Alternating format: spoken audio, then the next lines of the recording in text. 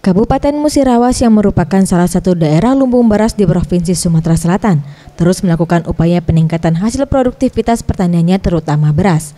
Salah satunya dengan menggunakan sistem tanam jajar legowo atau Jarwo Super. Para petani di Desa Rejosari, Kecamatan Purwodadi, Kabupaten Musirawas mulai memanfaatkan sistem tanam Jarwo Super dan saat ini mulai melakukan panen padi. Sejumlah petani mengaku dengan menggunakan sistem tanam Jarwo ini, kini hasil tanaman padi mereka mulai mengalami peningkatan di mana jika sebelumnya hanya menghasilkan 50 karung gabah kering, kini meningkat hingga 60 karung gabah atau dengan berat beras mencapai 2 ton.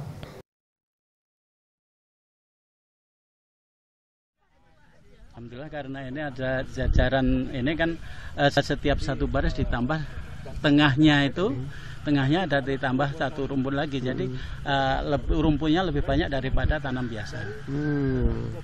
Kalau hasilnya gimana, Pak? Kalau hasilnya barangkali kalau ini baru ini barangkali ada tambahan juga barangkali. Kalau ini ya semuanya itu sama antara hama dan tanam seperti ini, sementara itu biasanya itu sama, tapi tinggal penanggulangan kita lah gitu.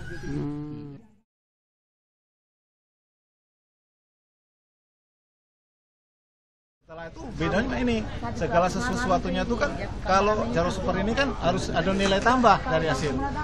Cuman ya itu harus ditambah masalah segi pemupukan, segi tanam kok harus tambah biayanya tuh Pak. Jadi harus ada penambahan.